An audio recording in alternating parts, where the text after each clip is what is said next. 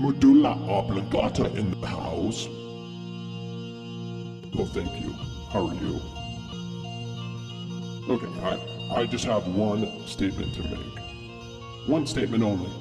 And my statement is, whatever Beyonce is making, I want that. I want the same moolah for my medulla. And I'm out. Nice to meet you. Goodbye.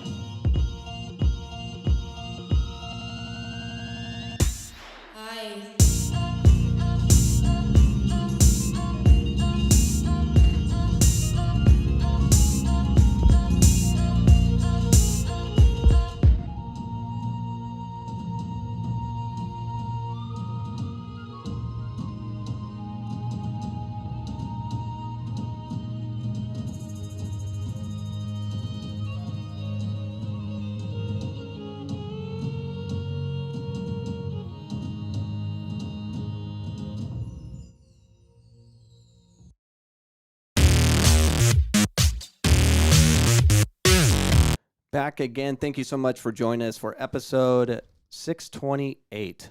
Yes, 628 episodes we've done, and we have a great show for you tonight. We have Dr. Hylot, who hit the soccer fields over the weekend, helping the soccer sidelines at Fear Farm, trying to chill them out, and we'll show you that shortly. We have Parent Reflection, where we in studio, we have Roy Aguilar with us. How you doing, Roy? Good. Thank you for having me. Yeah, Roy will be with us, and we'll be with him shortly, talk about his experience as a parent and his experience with me and what he went through with his daughter, who actually played NCAA Division I soccer, so he can kind of take questions and talk about that process and how club soccer sucks, and sometimes it's awesome, but we'll talk about all that. Jack Cameron, my son, El Rojo, he played goalkeeper this weekend and saved a penalty kick. We have film on that as well, and we're going to talk about how we must all suffer. And is the Christmas tree still up? And for the ones actually tune in each week, you'll understand what that means. And we're also taking your questions live. Just place a comment wherever you're at, and we will take those and answer them.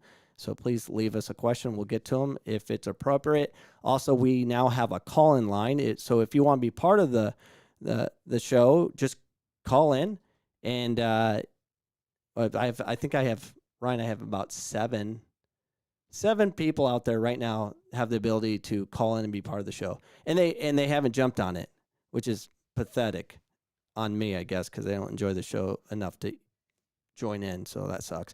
But if you have the guts and the courage to be part of the show, you can call into the show. Just email me at coachcameronpodcast@gmail.com for the link, and I'll set you up and bring you on. This episode is brought to you by Sports Bling and Things, your Spiritwear headquarters. Find more about Sports Bling and Things at azsbt.com. We have live shows every Sunday, 7 p.m. Mountain Standard Time on YouTube, Facebook, Twitch, Twitter, and Daily Motion. And all you have to do is go any of those platforms, just search Coach Cameron Podcast, and it'll come up. Also, we are pushing YouTube subscription, so please subscribe to our YouTube channel, or just go to coachcameron.com to check out our past shows. In studio, IT Ryan is running the show. How you doing, Ryan? Ryan's good. Oh, there's Ryan. So we only do this once a week, but this is her show. I'm just hanging out for the heck of it, and she does a great job for us. And Roy Aguilar is with us today. How you doing, Roy? Good, thank you. But first, we must be educated by the great Lou Holtz. So we're going to pause to hear about what Lou Holtz has for us. Right. Hey, coaching football or soccer is all the same. It's about getting people to work together for a common goal and understand how good they can be. Yep, that's Lou Holtz. And it's the same in every sport. And that's a hope in this podcast that we can talk a little bit about what we should be doing as coaches and parents. But first, I have to get you with the podcast disclaimer, and it states, my podcast is an educational podcast about youth soccer development in America, and I'm hopeful that through this podcast, we will help advance the game through discussing what works and what doesn't. Everything that is presented on this podcast is purely for entertainment and potential educational purposes. Coming up next week, well, in the month of February, we're going to have 2 guests on. We're going to have, many guests on, but 2 of which is Carlos Villa and Adrian Saldana. Well, Dre hasn't fully committed, but we're hopeful they're going to be on the broadcast. They're 2 amazing players that played for me in 2009, and I totally ruined them. I robbed them of the game. We're going to talk about that. Even though they were on the Phoenix College Championship squad, they're the first team in Maricopa to win the ACC AC title, and that's a big deal because it hasn't been done since, except Phoenix College. We've won 3 now, but in 2009, we won the first one, and I ruined them. I took the game away from them, and we're going to talk about that, and I'm going to apologize to them on air, and we're going to discuss what they went through and how we don't repeat those same problems by dictating soccer development there. So anyways, we'll have them up in February. I'm very excited about that. And high school, so the high school report, for the ones that don't know, I coach at Millennium High School, and those girls tore it up and scored, I think, 15 goals, 0 against in 2 games, and I didn't say a word. Why? It's not needed. Soccer solves its own issues and problems on the field by the players, not the coaches. If you are a soccer coach and you think you can do something about the game as far as interact in such a way during the game and scream your way of victory, you're a fool and you should be ended, that's hundreds and hundreds just in the Phoenix area. Anyways, we have video of all the goals, and I condensed it. It's only 51 seconds long, so enjoy. Watch these great purple people eaters of Millennium High School tear it up.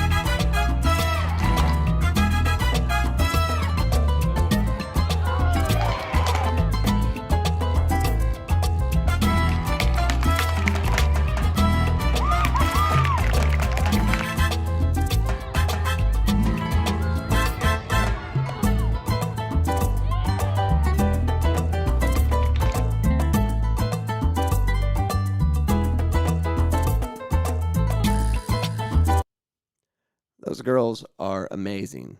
They are so talented, and all I have to do as a coach at Millennium is make sure they have a field to play on, make sure we have referees there, make sure we're following COVID protocols and those kind of things. That's it. And they just go play, and I just sit back and enjoy. It's such an easy job if you allow it to be. Those girls are amazing. But we'll move on. Millennium High School is amazing, and I'm glad I'm part of the program. The suffrage of Dave. So I talk about this each week of coaches. If you're going to ask your kids to suffer, like get fit or go to sleep at a certain time and be this disciplined warrior so you can, win games and get medals so you can put on Facebook and Instagram, look, my team won, and you get in the team photo. That bothers me, Ryan. I think it's annoying. So coaches are always in their team photos without their mask, mind you. And they're like, like they won a championship. No, you didn't. Get out of the picture. I'm not going to be in those pictures. I avoid those pictures like that. You are a nobody. Coaches, as soon as you realize you're a no one, then everything will be much better. Let the kids play, stay away. But anyways, if you're going to ask your kids to suffer and you're going to manage them in that capacity, you must too. And so last week I reported my 5th day of plant-based, no dairy, no oil.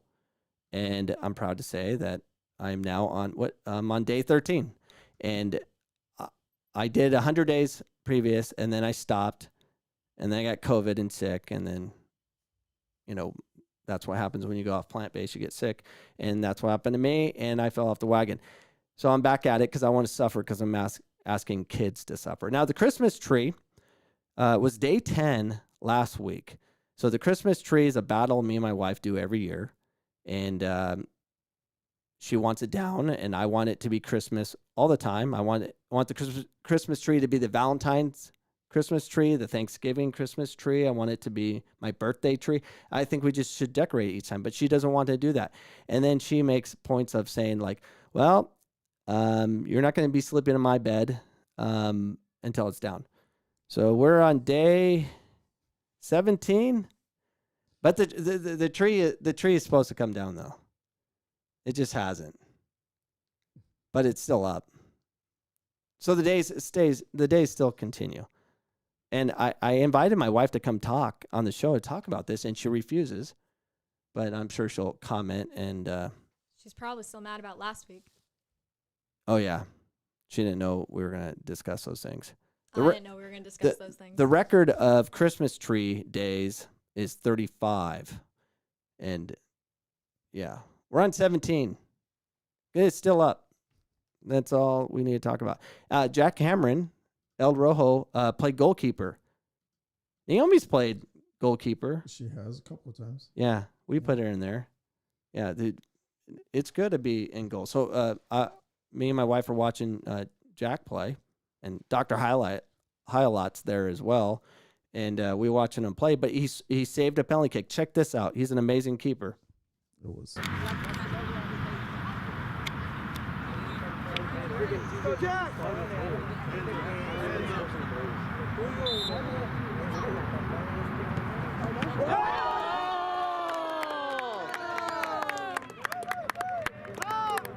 He's flexing.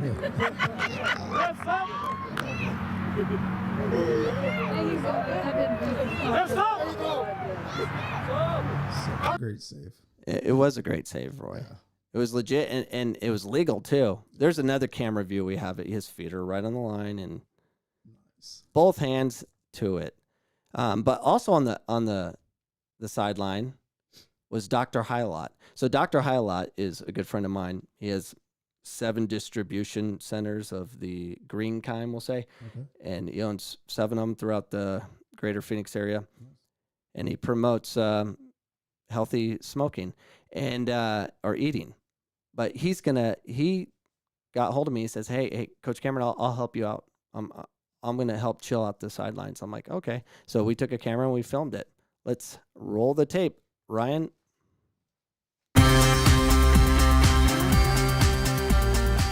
So Coach Cameron asked me to come watch his son play today and help with the sidelines, and I said, "No problem. I will find a way to chill out the sidelines." And how I will do that is simple. These are mints. They're special mints. These mints contain THC. Just a little bit, but it'll get them to chill. And once they take one of these, if I see any of the parents acting up, I'll give them one of these and they'll be chill. Like me.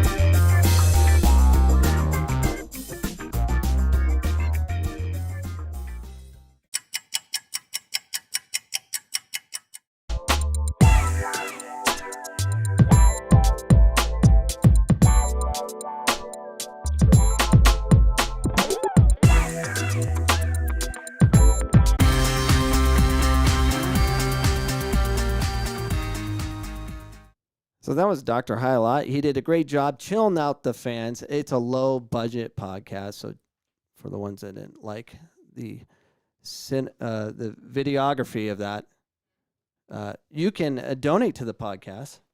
kind of like sports bling and things, and give us money, and we'll buy better stuff and do a better job for you, and it will be that way. So yeah, we love Dr. High a lot and all that he does for the program.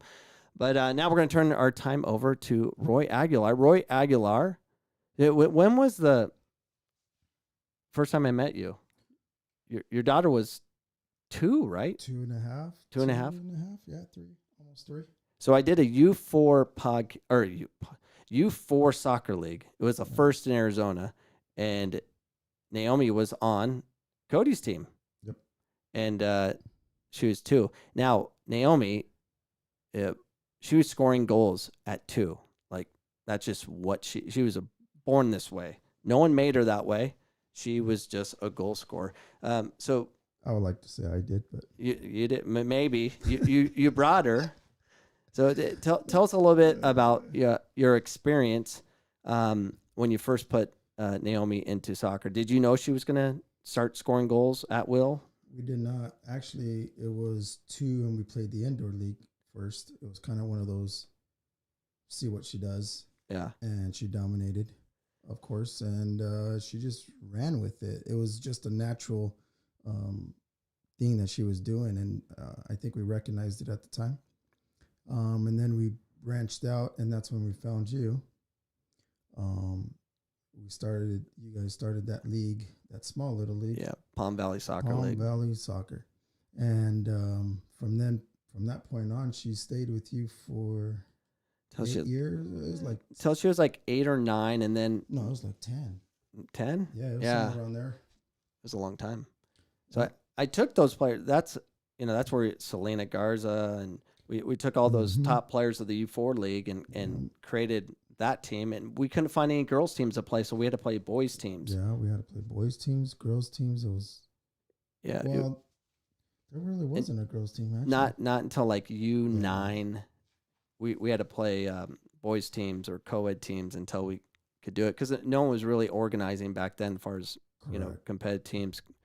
But Naomi was a special player. Like when we got to U8, U9, I mean, she was scoring 6, 7 goals. And I remember one game we're playing Sereno, and I was all about don't run up the score. Like I didn't want to run up the score on anybody except Sereno, because I knew what Sereno would do. Yeah. They would recruit your best players because that's what they do. And so we play Sereno. Do you remember what happened? You remember the score? 8-0. No, it's 12. It was 12-0, and I wanted to score more. And what happened after the game?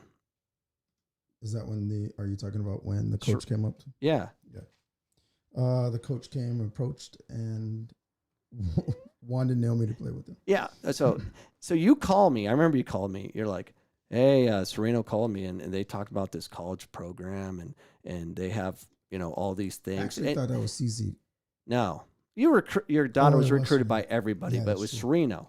Correct. It So was Sereno. what did they tell you that was a selling point? So for the one, I brought on Roy because he was a parent. He was a difficult parent of mine, because he didn't know. He didn't know like the value of someone like me, that development was about everything, keeping possession, spreading the ball around, versus kick the ball Naomi every time. So she just runs to death and hates the game differently, but try to develop a team and, develop, her in a situation that she would actually keep getting better. But he got bought and sold repeatedly by other clubs because they wanted her so they could look good. So I bring him on so he can educate you newbie parents out there that are about to go through that. If you have a son or a daughter that's really, really good, well, Roy's going to tell you what's going to happen. And so Roy calls me, and what was the selling points with other clubs? Because I was busy for one, because I'm running everything, so I wasn't available as much as those other coaches would have been for Naomi. Tell us what do they sell you? They sell their coaching package. Which is A license. yes, Like a license. like their pros, their ex-pros, and they're gonna advance her and make her into this star because no one else could do that. So it was all about that. They had the financing.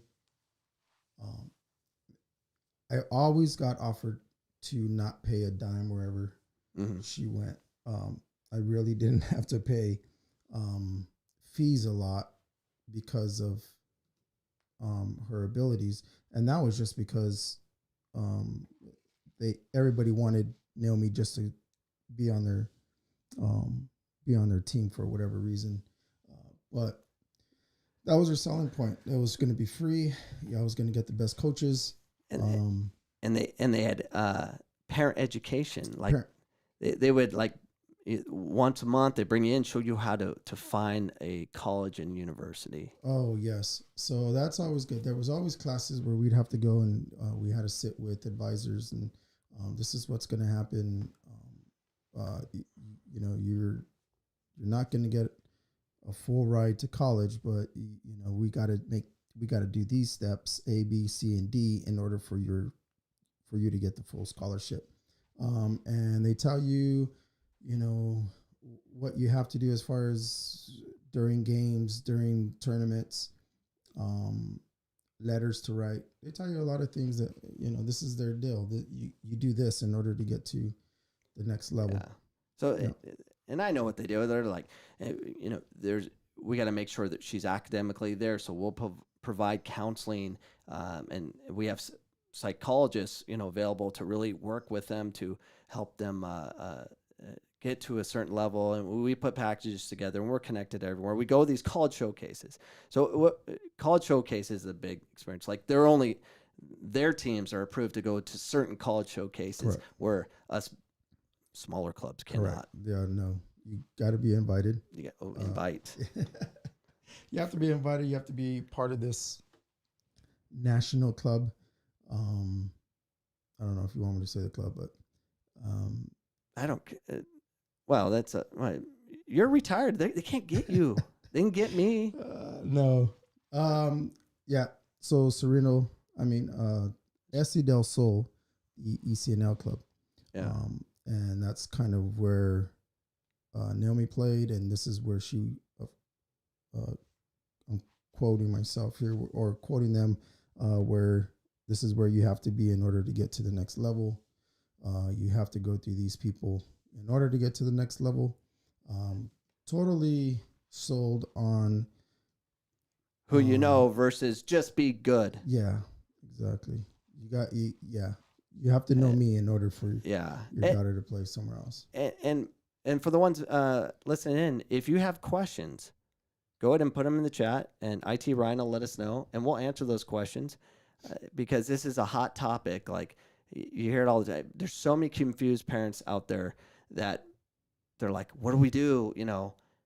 And I know what to do. I'm a college coach, and Roy Aguilar's been through the whole system. Mm-hmm. So Naomi, star, and there's a lot of stars like Naomi, but eventually they get weeded out and they can't really enjoy the game that they love, and they'll learn to hate it because especially on the girls' side, it's a different game. There's not much thought. It's very structured. It's whatever the coach decides the way they're going to play. There's zero intelligence as far as, are you allowed to think? You're not allowed to think. Yeah. And you pay a lot of money to be told you play this way, and you can't have freedom of thought. And you imagine what you do in your job, or if someone's like right behind you saying you do it this way. No, you can't do that way. You got to do it my way. Yeah. You quit. Yeah. That's the way that club was. It was very structured. They of course had set plays, but it's pretty much it. You had a position, you had a job to do, and that was your one goal, or that was your one job. No variance. And quite honestly, it was, I think it prohibited the girls to do a little bit more than they should have or could have, and if there was a girl running from or wanted to make a run from the back into the front, and she had to open. That definitely was Yeah. not allowed Because you have to win because right you have to now. win, and you can't hold on to the ball. Yeah, that's what college coaches are looking for is like the score line. Yeah. We're looking for players that can fit into our system, and whether the team that was playing a certain tactical style and they lose by 3 or whatever, college coaches don't care. They want to see players make decisions. They want to see players expose themselves of how really good they are and can they deal with the pressures, can they make decisions, those things. And you can't do that if everything's structured in such a way that you're not able to take risk. And youth soccer, and you're not allowed to take risks. As a whole, you're not. And it's unfortunate. So Naomi eventually quit, right? She was out of club. She did. She did get now. Let me explain this club. This club is very pro style. Everything is on an itinerary. Is what time you eat, what time you snack, what time you study, what time you practice, what time you get up, what time you turn your phone in. It's everything is by the minute. You do this over repeatedly for 3 years that she was with that club, 3-4 years. Now, also with that is she was gone every weekend. So her whole high school was literally this club team. Well, I should say half her high school was this club team, and kind of took the youth away. But besides that, there's a lot of stuff that she was not able to do. And I think that was part of the decision, but she got burnt out. It's week in, day out, every day training, every day doing this. The weekends, Fridays was really her light day because it was travel day. Right. And so that was kind of the only day that she had. Yeah, there's a lot of burnout, and burnout's huge when they don't like what they do. If it was fun, it'd be different. And there's a lot of confusion between fun and development and fun. And you can develop, you can compete if you enjoy what you do. I mean, if you want to last in any job you want to do, you need to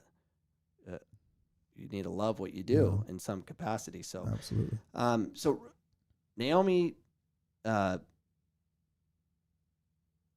was struggling in club. She was not wanting to play. I remember she in high school, so I became her high school coach. So it's the first time I've coached her in a while, 4 years. There was a 4-year break. Yep. And I had to convince her to get back into it. And how I convinced her was basically I said, "Listen, Naomi, I'm not going to say a word to you on the sideline. You just do you. Make a million mistakes. Don't worry about a thing. Just enjoy the game."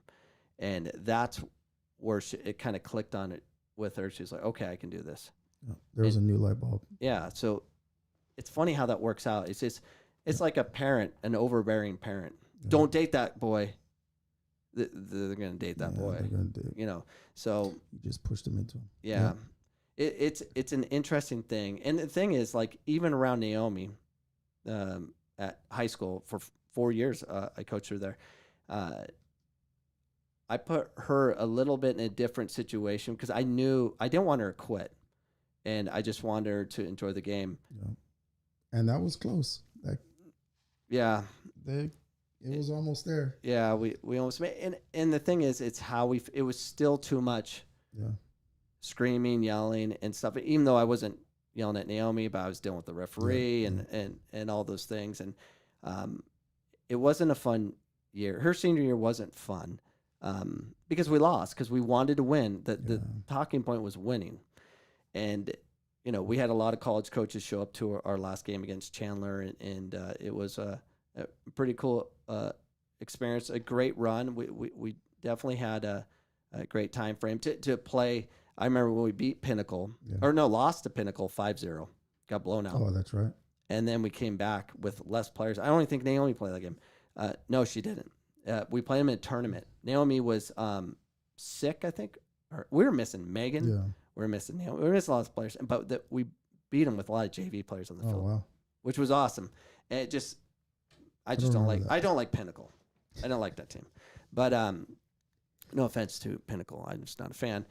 And it was one of my most favorite coaching victories. But it was awesome. Anyways, long story short, Naomi stays away from club, just does high school, and it was like, oh, high school's bad, kind of thing. Yep. And a lot of flack for that. and she was getting offers, and she wanted to stay local, and she got a spot to play for ASU, or scholarship to play for ASU, and she scored a goal, and she, had a she's going to graduate this fall. She will. She will graduate this fall. She still was able to make it without the bells and whistles of what club presents, and talented player. But the girls game. So Naomi is just one of a lot of players I see that are so technical, like crazy technical when they're 8, 9, 10 years old, and then they just disappear, and they're just no longer because at least Naomi was fortunate enough that I was around because I'm a college coach, and I understand the process versus how are you going to know? Yeah. You would have never known if you didn't have someone that, I've sent kids all over the country because that's my job. Yeah. Because JUCO at my level is just an extension of club. My job is play games, get film, and send them off. I mean, there's no difference. It's just delayed club. I've always tell everybody if I ever became rich or something that my focus would be to focus on the kids that are not privileged. Yeah. Go to the West Side or go to these and find these players like Naomi where we didn't, we really didn't have all the money to go, and pay for this club. And they get overlooked. Just like you're saying. And it's unfortunate that there's a lot of good players out there that never see, the next level. And they get robbed. And they get very robbed. So in the Hispanic community, Tuzos, where my son resides, that's where he plays. That's why we call him El Rojo. Is he's and he's playing center mid, so he's right in the middle, and he's a redhead, and so he really stands out. So we have him over there. There's no A licensed coach coaching him and everything, but my son, from when he started Tuzos a year and a half ago, he's gotten so much better. Not from the coaching or the club or anything. It's because of the community, the Hispanic players. He got better because of the players, and it's helpful to have a father and a mother that say nothing. You're just like, do your thing, We don't do the car ride home and stuff. He'll ask a million questions or whatever because Jack doesn't stop talking.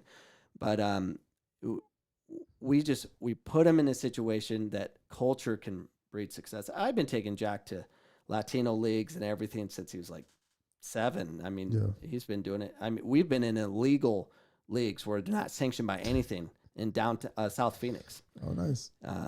So, but that's where soccer's being played. Yeah, it's a good soccer. The Hispanics are amazing. But what happens is when they see club teams, they go to these leagues too. They go recruiting because if they can get a couple top Hispanic players, it changes their team.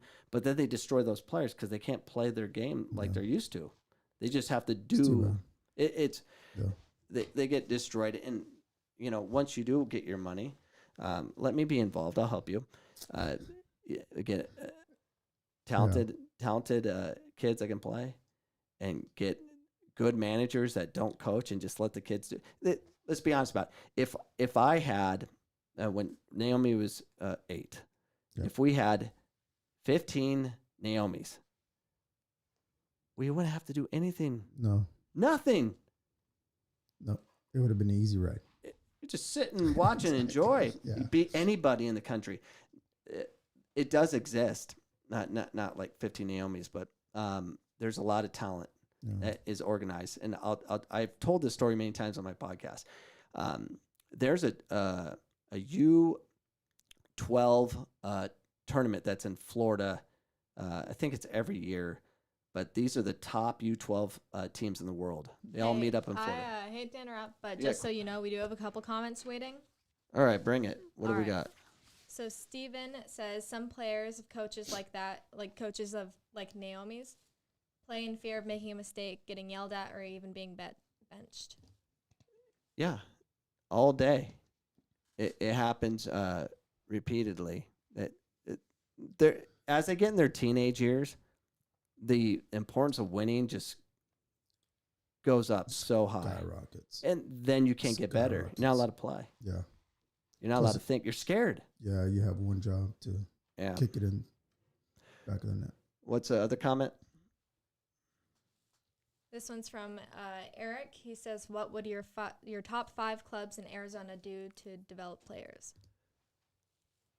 The top 5 clubs, or 5 suggestions for clubs to...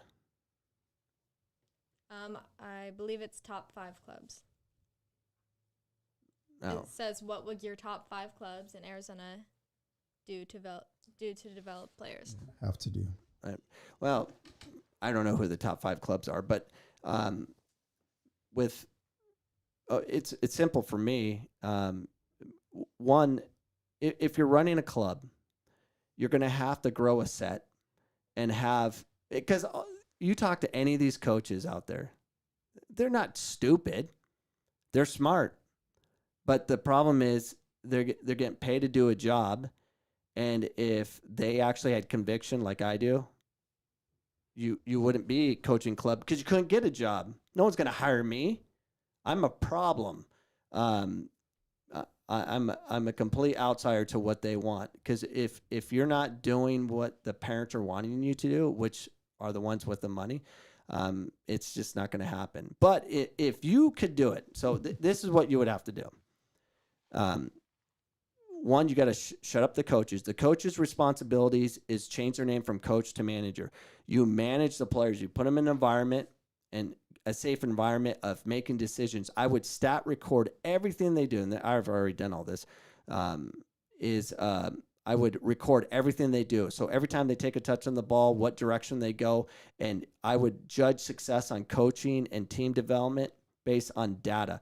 How many passes are they making? Which direction are they going? How much time is each kid playing? What's the percentage of them getting the ball in the game so they can have experience? You can't get better unless you're receiving the ball with pressure and decisions are able to be made. Kids need to be an environment that they have to be able to get the ball and make a decision. That's what I've been saying this from the beginning of time of coaching. Is the first thing I wanted the kids to do is take a touch, look up, and make their own decisions. Either to pass, shoot, or dribble. It was that simplistic, but it's very difficult for a kid to process that. Focus on the individual, not the team.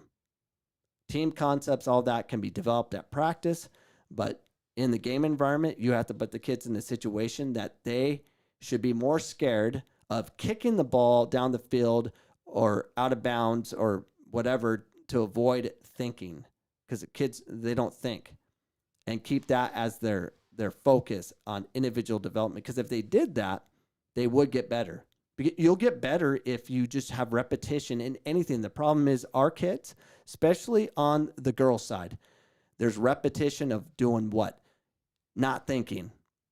They don't even think. Sometimes teams will be like one touch passing all over the place with no pressure, and it's a skeleton drill that they didn't practice. There's no thought. They never look to go forward. They do what's scripted, and it's disgusting. The clubs out there have to have some guts and stop it. And they know who they are. I talk to them all the time. They're like, yeah, we can't. I would love to, but, if I don't win, I lose players. That's our problem. There's no conviction whatsoever. They're a bunch of cowards, and I get why they're being cowards, because they're afraid, cowardly, to lose their ability to pay the rent. Well, Biden says you don't have to pay rent anymore, so you're good to go. So here's your chance. Club soccer of the world, if you lose your job, don't worry, or you won't lose your house. You're good. It's been extended. Any other comments after I went on that rant? I don't even know if I answered any of it. I was confused by the first question, because who are the top 5 clubs? Here's their top 5 clubs in Arizona right now. You guys ready? Let's hear it. Ready. None of the above. You all suck. So the reason you all suck, 2 of those include the club I'm with, you all suck. You know why? It's the same crap. You have crazy parents and crazy coaches everywhere. Now, every club has some good coaches, though. There's good coaches in every club. The problem is it's not consistent. It's not uniform with any club. So yeah, these clubs, they'll brag about, oh, look at the facility we just got in Mesa. You know, we're part of this $350 million. Who cares? It doesn't matter. Oh, congrats. Oh, we have a weight room. Oh, we have a college success coach. It doesn't matter. We don't develop kids in this country because we're a bunch of cowards, except me, because that's why I don't have a job in club soccer, because no one will hire me because they don't want to hear the truth. And Roy, I've won. I win. Yeah. By managing versus doing. I mean, Millennium wins. I'm not doing it. I mean, I had good players. I didn't recruit any of them. They come because they I do sell at games. Yeah. That's not anymore with COVID. But you know, that was the marketing tool. But as far as club goes, I've had teams, you know, in the Hammers organization. We won and competed with some really, really good players, some average and some that shouldn't be playing soccer, but we made it all work on the focus of take a touch, look up, make your own decisions, because over time they would be able to think, where all the other teams never got better. The girls' game's not getting better. It's not. I mean, you watch ESPN, you can see the college showcases, and you watch U17 games and the U16 games of the girls' academy. It's so freaking bad. It's disgusting. It's one of my pet peeves of bad technique, and doesn't get better. You've always been a technical person. I've always focused on the individual, and I know I've sucked as a coach because I'm still trying to figure it out, and I think I've figured it out. Sounds like it. I figured out that the less I say, the better the players are. With the thought process, I mean, management in practice of take a touch, look up, make decisions. Don't worry about making mistakes, and then I just let them do their thing. And that's totally different from what I know of you. It is. It's I never did it. It was after Cody and Naomi's senior year. Yeah. And that's when I kind of I'm done with trying to be a coach. I'm like, I hate stressing about winning. Hate it. It's horrible. And once I remove that, they've had their best seasons ever at Millennium. That's fun. And the girls, they love me versus hate me. Yeah. Shoot, 2 weeks ago we had 2 past players that went through that 2 years crazy Dave and 2 years nice Dave. You know, there's a difference. Because they told me they were scared. That's crazy. And then they weren't. And they're doing very well. They're both at the university and they're tearing it up, and because they can think.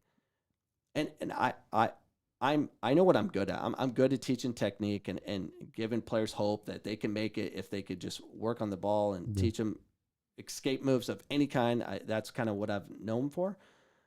But what's the point if you're not allowing them to compete without the fear? Yep. There's no point.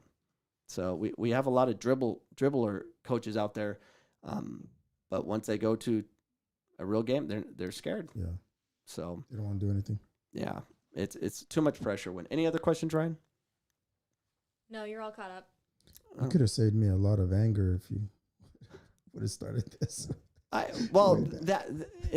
That's the point of it. I mean, Roy, I've spent so much time talking on the phone trying to explain to you. I'm like, you're being stupid. Don't listen to that crap, kind of thing, in a nice way or however I put it. And you just don't know that you don't know. So, and that's what this podcast is about. It's like I can't really be a part of it where I just even when I ran a club, my mentality has always been the same. I always focus on let's stop. Don't worry about winning. Worry about how we play. Styles, everything. I want the kids getting touches. I want to be the creative club. You know, I want them doing reverse step overs and those things. And those things turn the girls on to the game because it's different. It's unique. It's theirs. And I couldn't get the people to change. They won't. They won't change. Even if they're not getting paid. Wow. It's still winning is more important. And they're scared for their They're just That's too scared. bad. They're scared. And I talk to coaches. Like, I have a coach. So I'm at Tuzos. This is one of my favorite stories. I'm at Tuzos. And I went over there because the coaches spoke Spanish. The sidelines spoke Spanish. So my son doesn't know what's going on. I'm like, this is great. He won't understand any of it. He's just gonna play. And we're at Rose Mofford, and the parents are going nuts, and we're winning like 3 or 4-0. But they just kept kicking the ball over the top to their fast forwards. And I'm looking at the sideline. I'm like, Club ball. yeah, I'm like, what the? And I'm yelling at the parents. I'm like, I didn't come here to play like this. I'm like, are you guys embarrassed of being Mexican? I was just going, you don't like the Mexican national team? And I'm like, what is this? And I'm like, what? I'm like, this is disgusting. I'm like, I was tickled. I'm gonna quit. This is garbage. I can't do this. I came over here to play with Hispanic soccer, and you give me this. This is Gilbert. I'm like, if I want to go play for the Gilbert Soccer Club, I could do that. Yeah. That's what it was, because they wanted to win. They had some fast forwards and all that stuff, and I just lit them up. I was mad, and so I'm a parent now, just ripping on these parents because I'm trying to help the coach. I'm like, you just focus on coaching and keep things, play good soccer. I'll deal with the parents because they'll take over. Mm. So I would have parents come up to me. I think I was one of those at one point. I've yelled at so many parents. I do have conviction of you got to play a certain way. I mean, you got to have some thought. The kids have to be able to make their own decisions. But parents would come up to me and just, after they play good soccer, they're like, is that good enough for you, Coach Cameron? Is that good? I'm like, there we are. But yeah, that's kind of how it is. My new role in life is, having Dr. Hylot go and do funny bits on the sidelines of Fear Farm to get my point across. Yeah. And it's nonstop. It is a problem. I do have a problem. I tell parents, like, friends, to shut up, like, which is mean. It's not the way you should behave. I get that about me. There's a better way of handling it. You told me to shut up several times. Shoot, you know how many parents I've told to shut up? It's bad. Yeah. But I always think I'm like, I can do that because I'm protecting the children.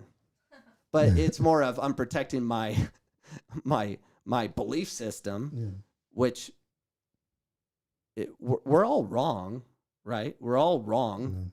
We're just trying to, some are less wrong than others. I'm still trying to figure, a year and a half ago is when I stopped being a moron. Yeah. And the Millennium had the best season they ever had. Won the showcase tournament, won the other tournament, won our region, got to the state final, and we lost in the state final, but it was the best run the Millennium's ever had.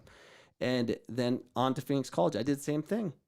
Just shut up. They won a conference title again, which is rare. There's 3 ever won in Maricopa. And we've won all 3, but I didn't say a flipping word. And, I've won a lot, but it's because I had good players. But imagine if I shut my mouth and not involve myself so much and let the talent do what they're doing. I would have won several national titles easily. You would have been coaching a club right now. Yeah. So there's a reason they call the coaches over in Europe managers. You're managing. What are you going to do with $1 million players? Yeah, that's a good point. What are you going to do with $1 million players? What are you going to tell them? You need to do it this way. And be like, no, you got to manage that. Exactly.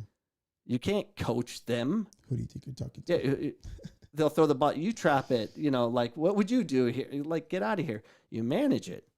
So you just, it's kind of what Lou Holtz said in the beginning of this show. It's all about can you get people to work together? That's it. It's not some super, it'd be nice if everyone's the same page of set pieces and all that stuff and having the system. But what you do is you get the players to teach the system. You guide them, because if the players are teaching it, they're understanding everything much more. It's like if I understood soccer so much, I was a better player when I started coaching, because you're just thinking differently. It's different. Yeah. We have any questions out there? We do. Who and what? They're both from what I think is one of your players, Santos Rangel or Wrangle. No, he's actually a Yuma coach. He coaches Kofa. Okay. So he asked these questions a while ago. You changed the subject so fast. Do you remember what you were talking about before you told that story about the team that played like Gilbert? I don't know. Oh yeah, Tuzos. Yeah. Yeah. He said, "What made you see that change?" Before your story, you were talking about. The change in coaching. So, Yeah. all right. So I watched a movie called Forever Strong. So I would encourage all coaches to watch the movie Forever Strong. It's a really good movie too. Have you seen it? No. It's really good. So Forever Strong is about the winningest coach in the United States. It's a rugby coach from Utah. He won like 27 national titles in rugby, and against rugby or whatever, Yeah. but 27 national titles. He only lost, I think, 7 times. Whoa. And he didn't coach. All he did was he would work. He would meet with them one-on-one and see how they're doing it, making sure they're keeping themselves morally clean and focused and disciplined and staying away from drugs. He just focused on the person. Are they being disciplined? Yeah. Knowing that if they weren't going partying and all that stuff, that they would be better on the field. And then he had assistant coaches, work really hard by focus on work. They didn't really work on tactics and stuff. And everyone's like wondering about this team, like how are they so good? They're trying to find out how they learn these secret plays, and there was no secret. They ran, they worked. Their fitness was through the roof. They ran a lot, and the coach met with them one-on-one and just managed their emotions as far as how you doing. Showed that he really cared, and he's the winningest coach in the United States. I'm like, I want to copy him. So that's initially where I started it, and it's kind of evolved. But so we do meetings at Millennium now. We meet with every player, me and another coach, and we just see how they're doing. And it's amazing. Like a lot of these girls are just so grateful to have someone to talk to, and they have a lot to share that's personal, but they don't have anyone to talk to. So we're kind of like counselors in a way, and we help them through any struggle. And because of that, they love being there because they're, it's not about winning. We don't talk about winning. Yeah. We talk about gaining relationships for a lifetime. And ever since I started that, and one of the best stories of that is like Kiana Miyazato and Megan Kirker. They're unbelievable players. Mm-hmm. Absolutely. They both quit in between seasons. They weren't coming back, and I had to convince them to come back. And I was going to that new method, and I went full back. It was the first month at high school tryouts. We did not do one tactical. We didn't do one set piece. We did nothing. All we did was team building. La, happy time. That was it. Wow. Then we went to Sunny Slope and played. And I was talking to my coaches, and we're like, I don't know how we're going to do. We haven't scrimmaged. It was the best soccer I've ever seen. Like really? It was like, it looked like we were been training for months. It was so weird. That is and crazy. Because of that, I'm like, that's it. I'm like, why am I inflecting it all? I'm like, and I don't say anything. Yeah. At halftime, I'm gonna be like, you're amazing. That was awesome. That was it. And even if they do something that needs to be corrected, I don't want to correct it. The players correct it.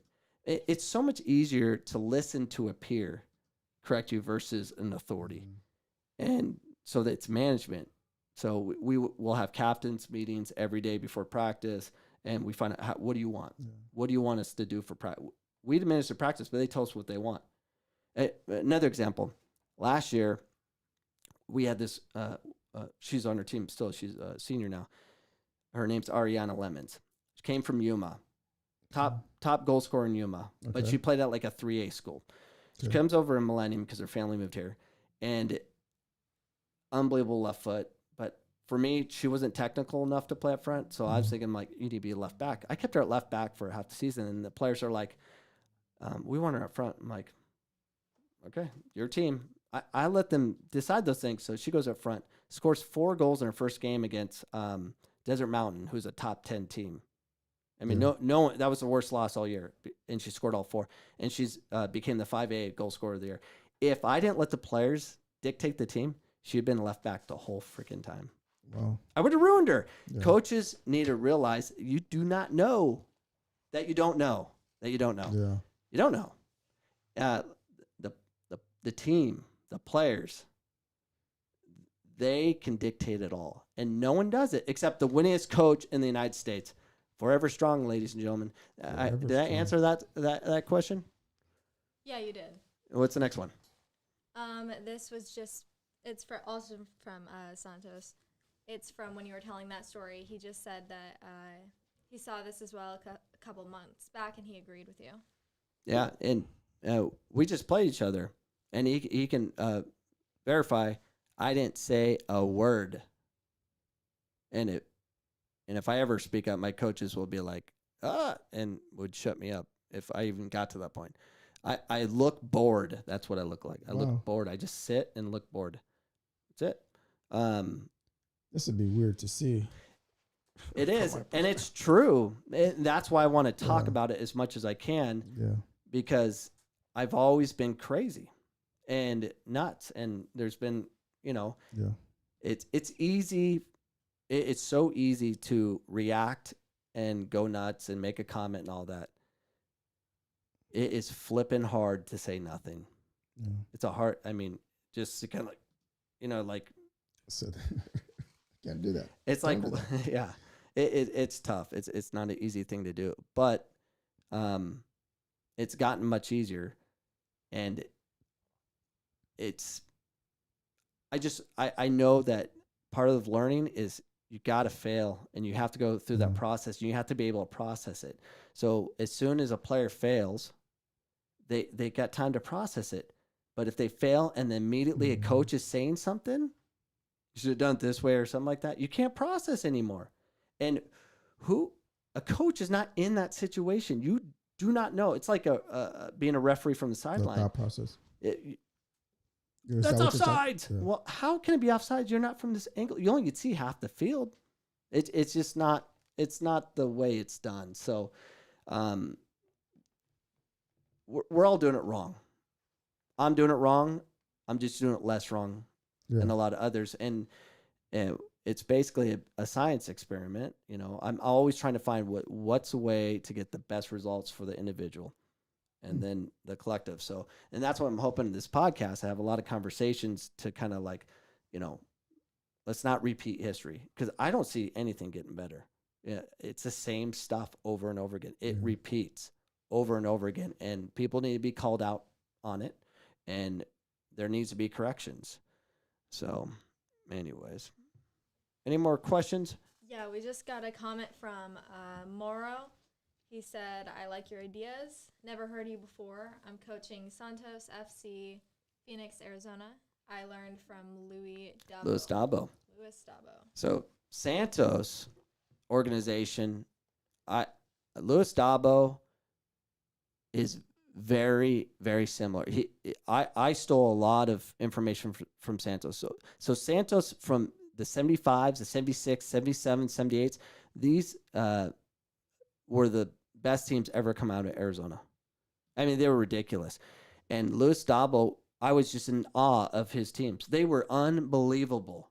Like Pablo Mastroni, Evan Whitfield, Ryan Turner. These guys all played national team, and high level. Pablo Mastroni had played in the World Cup and was coaching the MLS, and all because of Louis Dabo. And what he did was they train 5 days a week and they dribble forever. And Louis Dabo would just sit in his chair, and he would occasionally be up and blow his whistle, and they just work, and scrimmage. And he said nothing.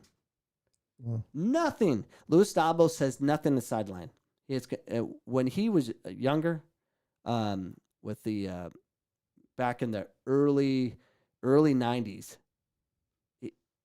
he's a legend now. He's Hall of Fame in Arizona.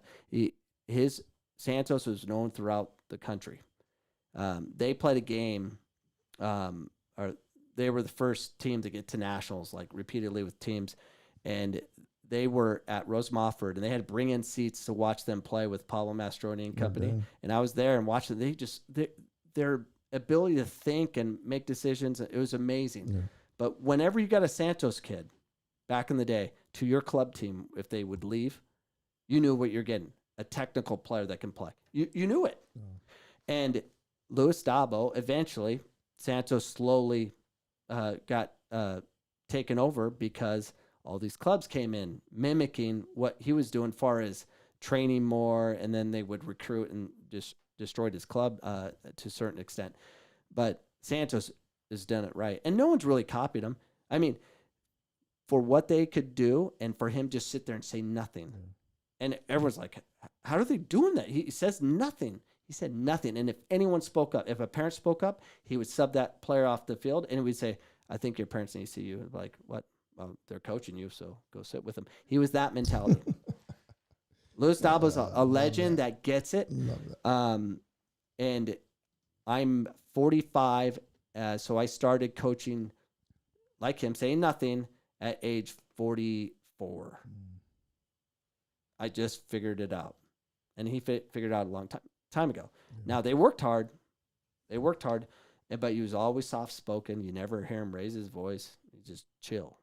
Because he gets it. You know, we complicate things in America. Complicate it. And he's one of the most successful coaches ever. He produced more talent in a short time frame than all the clubs combined. Wow. Short time frame. So Santos is a legit organization. They have an unbelievable structure led through Luis Dabo. It's just every time Luis Dabo works with someone, you know, they'll come in and then they'll take his idea and then leave because it's money. Money controls all. Sure does. It's a problem, and I get it. Big problem. But you can take the money and do it right too. Everyone copies each other, so I don't get it. So I don't know. Any other questions, Ryan? No, that's everything. We scared everyone off. This was a long podcast, but helpful. Roy, thank you so much for coming on. I appreciate it. If you guys have any more questions for myself or Roy, just email me at coachcameronpodcast@gmail.com, and we'll be sure to get back to you with some answers. But that's our show. I want to thank IT Ryan. Thanks, Ryan, for keeping us afloat. Dr. Hyla also, and thanks, Jack, for letting us record your PK. And big thanks to Roy Aguilar for being on the show, giving us his perspective of what he went through. And thank you for tuning in. We hope you enjoyed the show, and we'll see you all next week for our next live show. We also have daily podcasts Monday through Friday for more advice on youth soccer development for parents and coaches. You can find us on iHeartRadio, Google Play, iTunes, or wherever else podcasts are found, or go to coachcameron.com and get direct access to our content. See you next week.